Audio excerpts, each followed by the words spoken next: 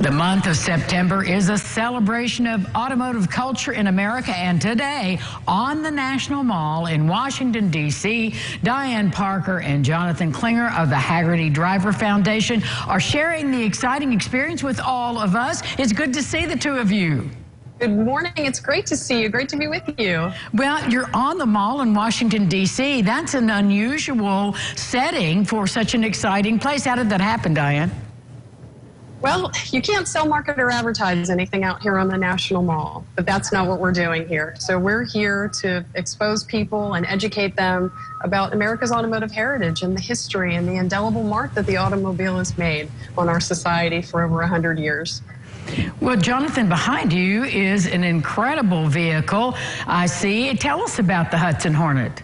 Yeah, so this is a 1952 Hudson Hornet, but this is not just any Hudson Hornet. This is what has become known as the fabulous Hudson Hornet, and it's what dominated the early days of NASCAR. It was driven by Herb Thomas, a famous driver who had a number of podium wins, and to this day has the highest winning percentage. It's a beautiful, beautiful car. So tell us more about the National Historic Vehicle Register, Diane. So the National Historic Vehicle Register is a way for us to celebrate the most historically and culturally significant vehicles. And all of that is, the documentation is very similar to the Register of Historic Places, and all of it resides in the Library of Congress for future generations.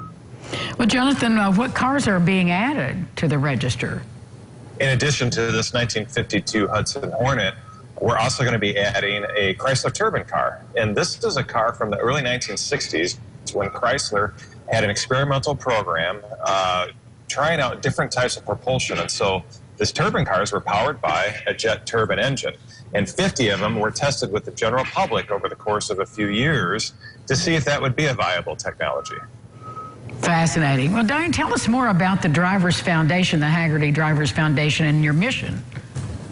So the Hagerty Drivers Foundation is a 501c3 nonprofit organization. It was started by Hagerty with really 20 years of philanthropic efforts folded into our mission of culturally significant, celebrating those culturally significant and historically significant vehicles, but also, caring for our young people, and that is through our License to the Future program.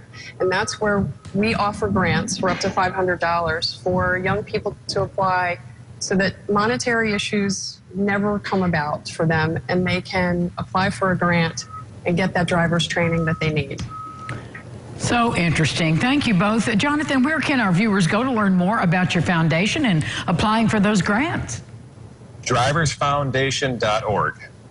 All right. Well, thank you so much for sharing this beautiful scene with us and this wonderful history. We're in car lover country here in southwestern Indiana. We just had the Frog Follies, so our viewers will really appreciate this interview. Thank you both so much. Thank you. Thank you. And we'll be back with more local lifestyles right after this. Stay with us.